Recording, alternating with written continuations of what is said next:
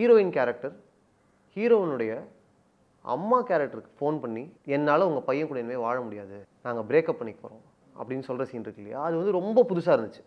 ஏன்னா ஒரு breakup scene அப்படின்றது வெவ்வேறு விதமாக காம்ப்ளிகேட்டடாக, டாக்ஸிக்காக, கோபமாக பல ஈக்குவேஷன் நம்ம அதை பார்த்துருக்கோம். ஆனால் அது அந்த பையனுக்கும் பொண்ணுக்கும் நடுவில் தான் இருக்கும். அந்த கேரக்டரோட ப்ரொக்ரெஷனை நம்ம ஃபாலோ பண்ணிட்டே வந்தபோது அந்த கேரக்டர் பிரேக்கப் பண்ணணும் அப்படின்ட்டு நினைக்கிற படமே அதை பற்றி தான். அந்த கேரக்டர் வந்து ஆரம்பத்துலேருந்து ஒர்க் ஆகலைன்ற ஒரு சின்ன தாட் வந்து எப்படி கொஞ்சம் கொஞ்சமாக வளர்ந்து அது ஒரு ஆக்ஷனை நோக்கி அவளை வந்து ஒரு அஃபர்மேட்டிவ் ஆக்ஷனை நோக்கி அதை புஷ் பண்ணுது அப்படிங்கிறது தான் ஒரு மாதிரி படத்தில் அவளுடைய கேரக்டரோட ஆர்க்காகவே இருந்தது. பிரேக்கப்புக்கு என்னெல்லாம் தடைகள் இருந்துக்கிட்டே இருக்குது அப்படிங்கும்போது அவனோட சுயபச்சாதாபம், அந்த செல்ஃப் பிட்டியை திரும்பி திரும்பி திரும்பி எடுத்துகிட்டு வந்து இவளை ரெஸ்பான்சிபிள்ன்ட்டு ஃபீல் பண்ண வைக்கிறதுங்கிறது இருக்குல்ல, அந்த மாதிரியான விஷயம்.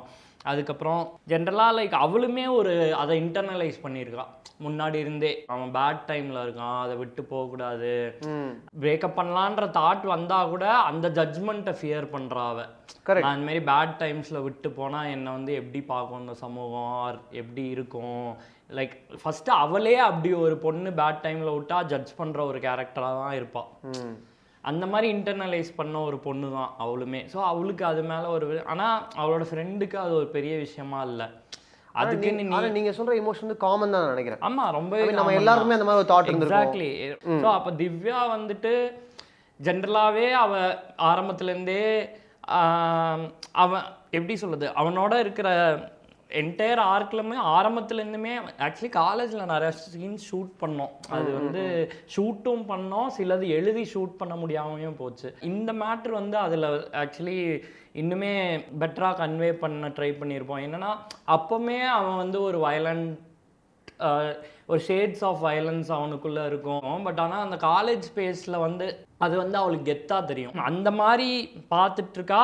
இவனோட நேச்சரே இதுதான்றது இன்டர்னலைஸ் பண்ணிட்டு தான் பண்ணுறா. அது இவளை எவ்வளோ அஃபெக்ட் பண்ணுதுங்கிறது ஓவர் தி இயர்ஸ் எப்படி அவளோட ஃப்ரீடம் கர்டேல் ஆகுது, அவள் எப்படி இவனை தாண்டி எதுவுமே யோசிக்க முடியல அவளால், இவளுடைய சைக்கியை வந்து முக்கால்வாசி அவனோட ஃபியர் எப்படி வந்து டிஃபைன் பண்ண ஆரம்பிக்குது, இந்த மாதிரியான விஷயங்கள்லாம் வந்து ஓவர் த இயர்ஸ் தான் அவளுக்கு கொஞ்சம் கொஞ்சமாக ப்ராசஸ் பண்ணி அதுக்கு ஒரு ஈவன் தோ ஃப்ரெண்ட்ஸு எல்லாருமே சொல்லுவாங்க நம்ம ரிலேஷன்ஷிப்பில் இருக்கும்போதுமே இது உனக்கு நல்லதில்லை இதுன்ட்டுலாம் சொன்னாலுமே நமக்கு அதோட அப்ஜெக்டிவிட்டியை பார்க்கவே முடியாது. ஏன்னா அது அவங்க சொல்கிறதுல 50-50 தான் இருக்கும். அவங்க சொல்கிறது வெளிலேருந்து பார்க்கறதுக்கு உண்மையாக இருக்கலாம், ஆனால் உள்ளே இருக்கிறவங்களுக்கு வேறு சில காம்ப்ளெக்சிட்டிஸ்லாம் இருக்கும்.